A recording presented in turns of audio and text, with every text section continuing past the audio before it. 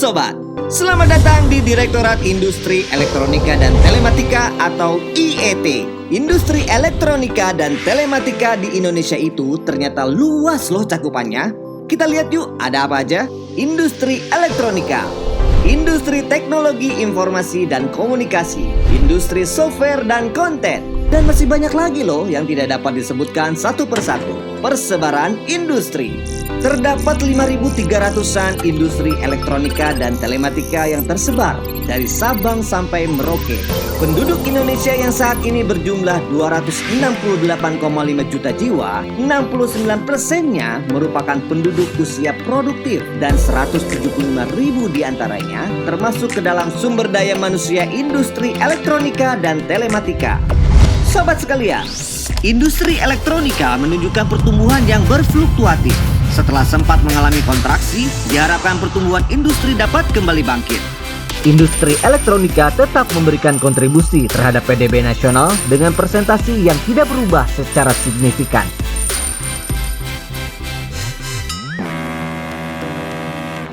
Nilai impor industri elektronika tertinggi terjadi pada 2018, kemudian berhasil menurun.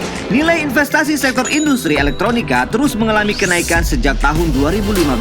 Diharapkan bisa kembali bangkit dan bertumbuh. Kebijakan tingkat kandungan dalam negeri atau TKDN. Kebijakan TKDN diterapkan pada produk TV digital dan produk HKT, handphone, komputer genggam, dan tablet.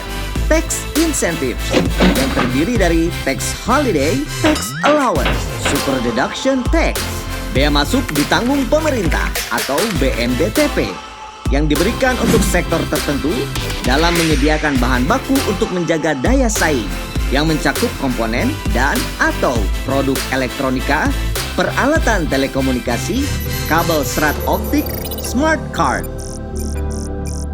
Pemberlakuan SNI wajib untuk meningkatkan perlindungan konsumen dan kualitas produk. Produk yang diperlakukan SNI wajib antara lain lampu suap balas, AC, kulkas dan mesin cuci, pompa air, setrika listrik, TV CRT, baterai primer, lampu pijat, audio video, electric blender, juicer, mixer, penanak nasi, kettle listrik, pemanas air celup, water dispenser. Tax insentif yang disediakan pemerintah diantaranya fasilitas tax holiday, terdiri dari tax holiday dan mini tax holiday.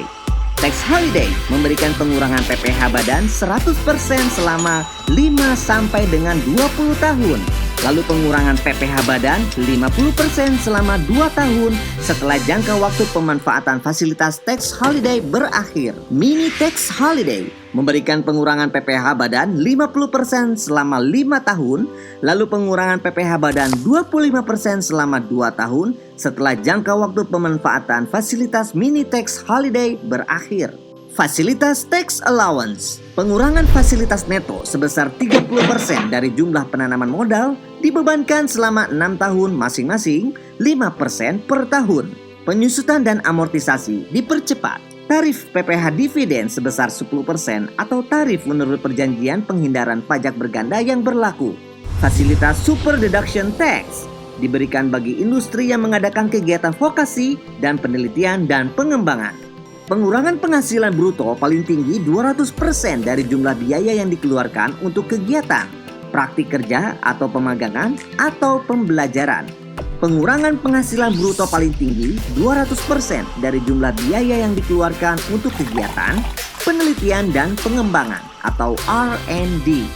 Keberhasilan penerapan kebijakan tersebut dapat dilihat melalui kegiatan TKDN 4G LTE yang saat ini diterapkan pada produk HKT dan televisi digital melalui kerjasama regulasi antara Kementerian Perindustrian, Kementerian Komunikasi dan Informatika, dan Kementerian Perdagangan.